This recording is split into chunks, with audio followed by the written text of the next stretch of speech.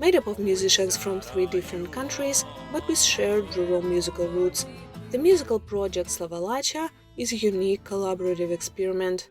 This music project began over a year ago when a cultural events manager Nadia Ilkevich invited a Belarusian folk musician Serjuk Dolgushau to perform at Ohio University. Musicians from Brother Hill and the Hill Spirits band, a local folk band, they attended this event and they fell in love with Belarusian traditional music, with Slavic traditions.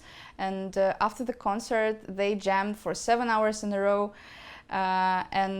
During this jam, they layered up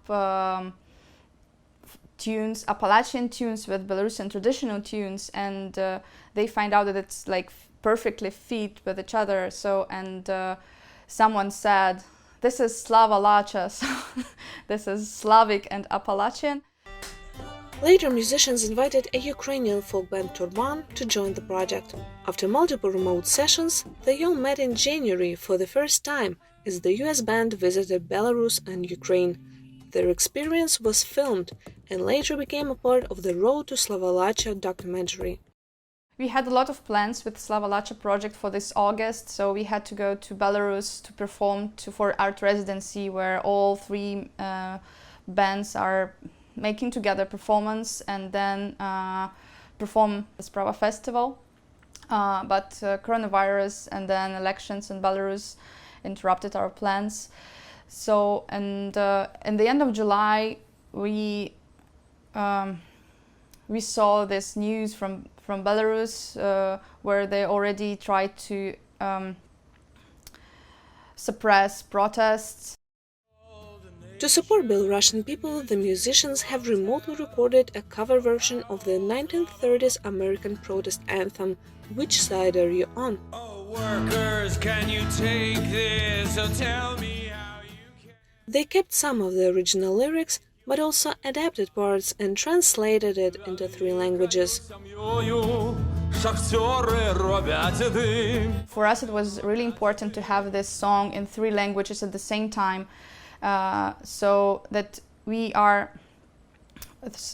the world and we all can feel that we are together despite of our differences, languages or distance. The song could be heard near the Belarusian embassy in Washington, D.C. at the time of the Belarusian presidential elections in August, as well as on the Belarusian streets during the peaceful protests. The musicians say that despite the uncertainty and confusion the pandemic has brought to the industry, now is a great time to create something new. Music is the voice of a revolution.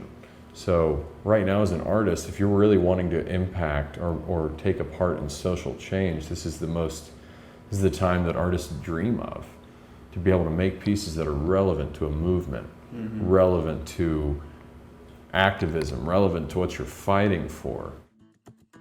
Musicians say their primary goal was to remind people of the importance of traditions, but it is now shifted on to show how music can overcome language barriers and cultural differences, that despite borders and distance, artists can experiment and create something new.